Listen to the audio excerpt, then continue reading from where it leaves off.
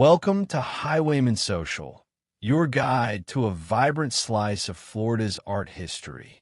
Today, we're diving into the life of Sylvester Wells, one of the legendary Florida highwaymen. A man whose life began from humble origins, blossomed into a sought-after artist. His story is one of constant perseverance and hard work. So, let's hit the road and explore his life, from his early days to his lasting legacy. Sylvester Wells was born the middle child of 10 in Jacksonville, Florida, a bustling port city, in 1938. His father hauled cargo as a truck driver at the shipyard, while his mother kept the family grounded with high moral standards, raising her kids to be good citizens despite modest means. Sylvester's childhood wasn't filled with art classes or fancy supplies. Nobody in his family was artistic, but he had a spark. By age 6, he was already sketching, doodling his way through life with a pencil in hand. I've been drawing since I was about 6 years old. Profession is just playing around like children do. Drawing little round things and circles, and I just kept it up over the years drawing. Paint, I would draw your picture, sit down and do a quick sketch. I wasn't trying to make no money on that. Those early drawings weren't just kid stuff. They were the seeds of a talent that would later bloom into vivid Florida landscapes.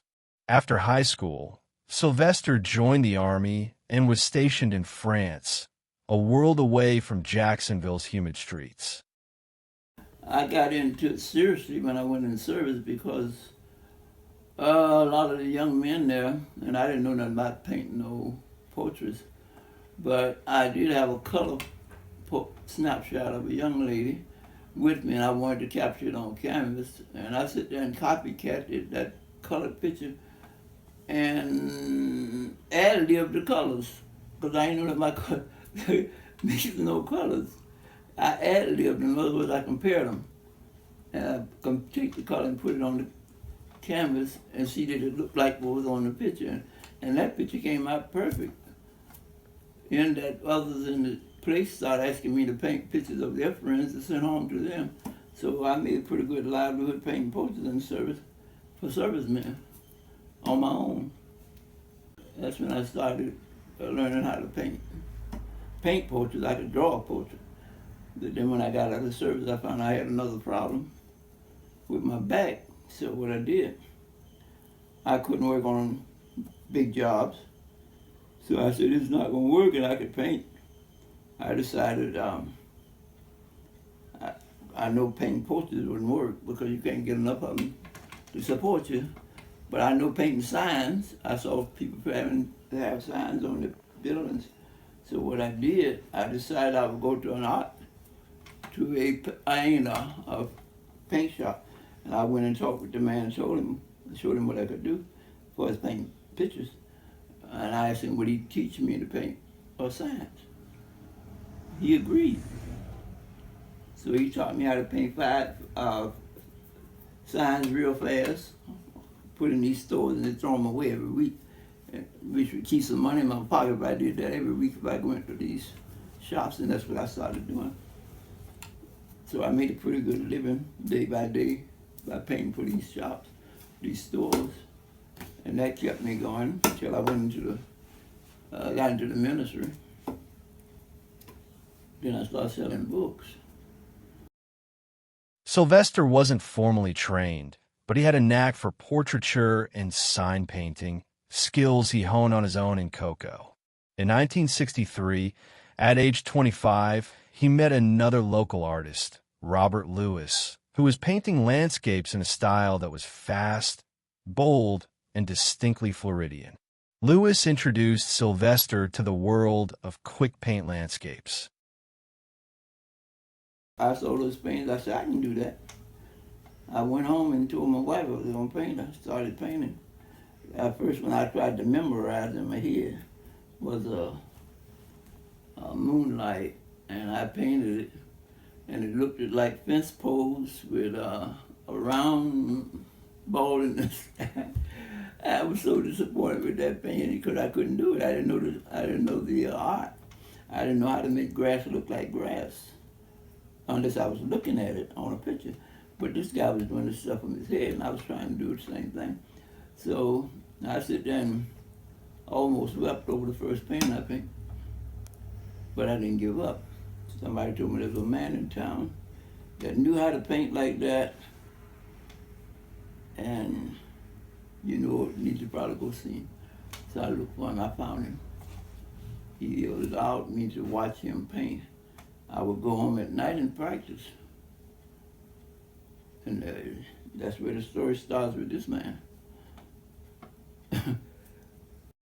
One day in 1965, while walking down Coco's Main Street, Sylvester spotted a young man carrying a stack of landscape paintings into a bank. That man was Alfred Hare. But I started into painting the type of art you see there, I think around 1965, when I met a man named Alfred Hare. It was men trying to make money to live. Going to name through the collectors in 1990. I started in 1965. So I've been doing a lot of painting since then. It had nothing to do with collectors and things. It was just art being put in the homes and offices of people that we approached, and I approached because I know these guys. I see one every now and then on the road. We never connected together. They connected us together in a book called The Highwaymen by, what's his name, Gary Monroe. Sylvester hit the road like his fellow highwaymen, selling his art for as little as $20 a pop to tourists, hotels, and offices. This wasn't just art. It was survival in the Jim Crow South, where opportunities for African Americans were scarce. Despite racial barriers, Sylvester and the highwaymen carved out their own success. Harold in Cocoa, Florida, sitting behind buildings painting pictures. Because that's what he do, sell them, he paint them, and they go to the shops and show them to the people, and the people buy them. We go unannounced. It wasn't like you make an appointment to the office down there. You just walk in the man's place and say, I got something I'd like to show you. I like that. But there's no soliciting in here. I'm not soliciting, sir. I'm showing you paint. They look at it. I like it. They sell themselves because they say, how much you want for that? They broke their own code. That's what helped us to sell painting. We just peddlers showing paintings. Well, sometimes $25, $50, $100. And if you sell them for $100, you're making a lot of money. Yeah, for a big painting like this, you know better than that. But the painters look professional enough that they would buy them and put them in their shops and resell them and made money that we know nothing of because they were buying too many painters not to be selling them. They wasn't going to put them in their office. They selling, they making good money because they looked as good as the ones that was in the galleries. They go to the gallery, they want $1,500. $2,000 for this painting. We come along and sell one for $100. Don't you know that's a big? If I go sell it, if I went to the gallery and paid $1,500 for it, and I'm buying a painting that look like a $1,500 painting for $200 or $2,500, I'm making money. Somebody gonna buy it. That's how I just started.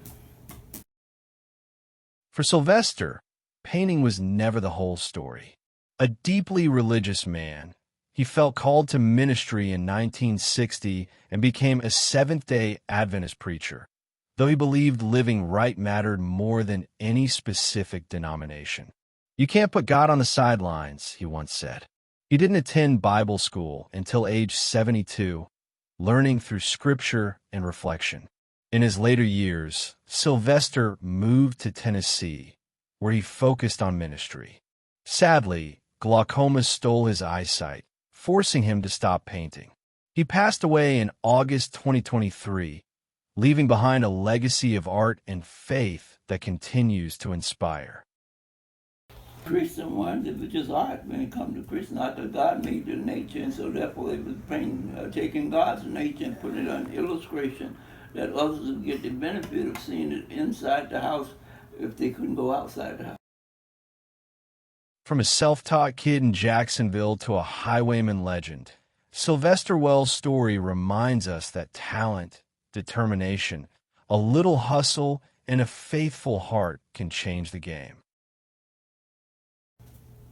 But otherwise, it's a painting, but it has a story.